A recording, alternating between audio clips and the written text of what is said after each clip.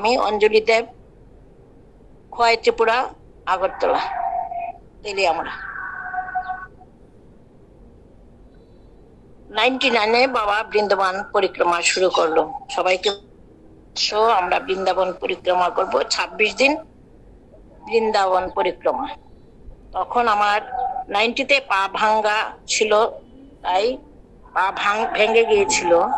তখন বাবা বলেছে যে তুমি দল হেঁটে যেত, আর যারা পারতো না বা যাদের অসুবিধা তাদেরকে বলেছিল তোমরা টাঙ্গা নেবে, টাঙ্গা ভাড়া করবে। টাঙ্গা ভাড়া 26 দিনে 800 টাকা, আর এই এমনি যারা তারা 1600 টাকা, খাবার দাবার 1600 টাকা, 2400 টাকা। তারপর আমরা তো সবাই আগরতলা গুয়াহাটি থেকে আমরা 21 জন রওনা দিলাম। বাবার কথা না শুনলে যে কি হয়, এটা এই দিন আমাদের শিক্ষা হলো। আমরা তো 21 জন রওনা দিলাম, গুয়াহাটিকে 21 জন হলাম। ইন্ডিয়া টি হাউসের মালিকও ছিল রবীন্দ্রদেব, ওনার স্ত্রীও ছিলেন রবীন্দ্রদেবের বাবা, অসীম সাহার বাবাও ছিল, মাও ছিল, অনেক মিলে আমরা 21 জন। আমরা গুয়াহাটি থেকে ট্রেনে করে গেলাম আলিপুরদুয়ার, রাত্র 9টার সময় গিয়ে পৌঁছলাম।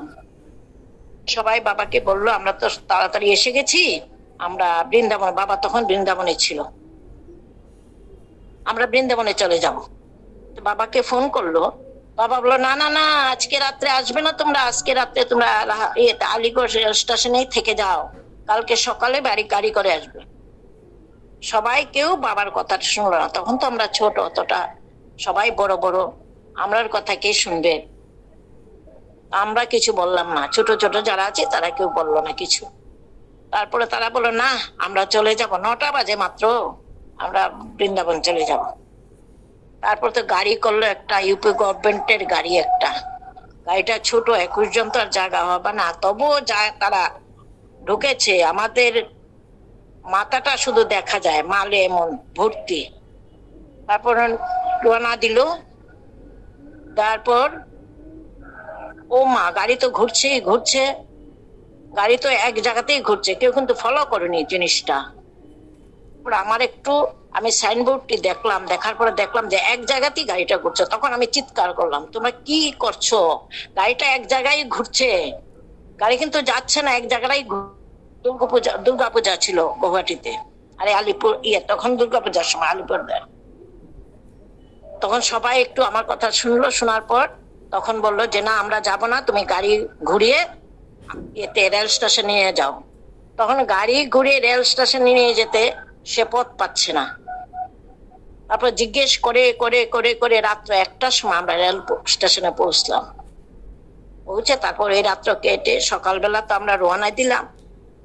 আর বাবা তো এদিকে চিন্তায়, রাত্রে ঘুম হয়নি আমাদের চিন্তায়। তারপরে তো আমরা বাস নিল, একটা ছোট বাস নিল, আমরা ছোট বাসে করে গেলাম। আধা রাস্তায় গিয়ে গাড়ির পাংচার হয়ে গেল, চাকা পাংচার হয়ে গেল। তারপরে আমরা তো যাক ঠিকঠাক করে আমরা দুপুরের পরে গিয়ে পৌঁছলাম বৃন্দাবনে। তখন বাবা তো কি উন্মাদ, তোমরা তো ডাকাতের হাতে পড়েছিল, আমার সারাত্র ঘুম হয়নি, তোমরা ডাকাতের হাতে পড়েছিলে। যাক, এই তো গেল, একটা বিপদ কাটলো আমাদের। বাবার কথা না শুনে যে কি হলো তখন সবাই বুঝলো। তারপরে তো বৃন্দাবনের কিছু কিছু ঘটনা আমি বলবো, যতটুকু মনে আছে। আমরা তো রওনা দিলাম ওই দিন, তো বৃন্দাবনের শ্রী মদন মোহন ধর্মশালায় আমরা থাকলাম। থেকে ওইখানে আবার বাবা নিজের ইয়েতে করে নাই, বৃন্দাবনের একজন পীতাম্বর বাবাজির আন্ডারে বাবা আমাদেরকে নিয়ে গেল। আমরা 71 জন ছিলাম টোটাল। 71 জন তো রওনা দেওয়া হলো, সবাই ইয়ে করলো। বাবা তো ঘুরছে কিছু কিছু আমি স্মৃতি বলি, বাবা যে কিরকম ভাবে শিক্ষা দেয়। তো আমরা ঘুরছি, এক তাবু ছিল, যারা তাবুতে থাকতো তাবু আমাদের জন্য তাবু ছিল, 10টা তাবু ছিল।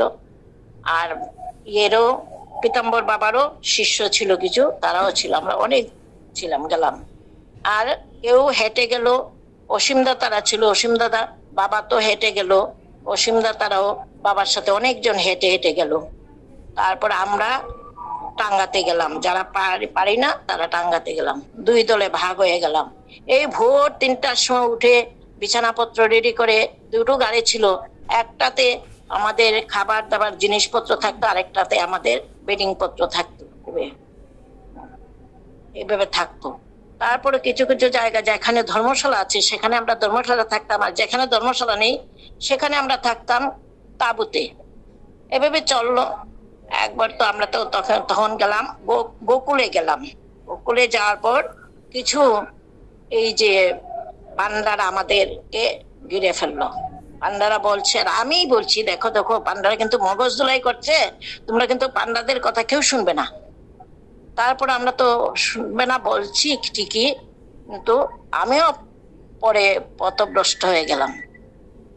তারপরে বাবা কিন্তু গোকুলে এই গোপাল মন্দিরে যায়নি। বাবা আর আমাদের তেলিয়ামোড়ার প্রদীপ স্যার, মিসেস শঙ্করী সাহা, মামনি, তারা যায়নি। আমরা গেলাম। যাওয়ার পর কি করলো, তারা বললো তোমরা হাঁটু গেড়ে হামাগুড়ি দিয়ে দিয়ে তোমরা হা হা করে হাসতে হাসতে আসো। আমরা তো এই বোকার মতন তাদের অনুসরণ করে এভাবে গেলাম। গিয়ে তো বসালো, দেখে অনেক, এখানে তো খুব আরম্ভ করছে তারা।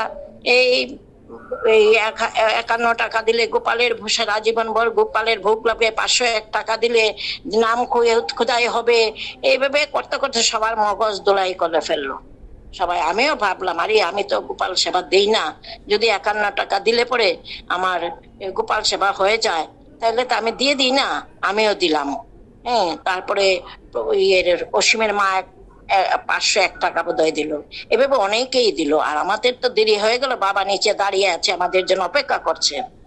তারপরে অনেক দেরিতে আমরা গেলাম। যাওয়ার পর বাবা, আমি প্রথম নামলাম, তুমি টাকা দিয়ে এসছো? আমি তো কিছু বলি না। নীরবতা তো সৌমতির লক্ষণ, সব নীরবতাই মানে আমাদের সুমতি আছে, আমরা দিয়েছি। আমি তো কিছু বলি না। আর বাবা যে আমার পিছনে দৌড়ালো, তোমাকে আমাকে ভক্তি করতে হবে, তুমি কত পূর্ণ কাজ করে এসছো। আমিও দৌড়াচ্ছি, বাবাও দৌড়াচ্ছে। তারপর তো গেল, যাক এখানে স্থগিত ছিল। তারপরে একটা আশ্রমে গেলাম, ওই দিন একাদশী ছিল।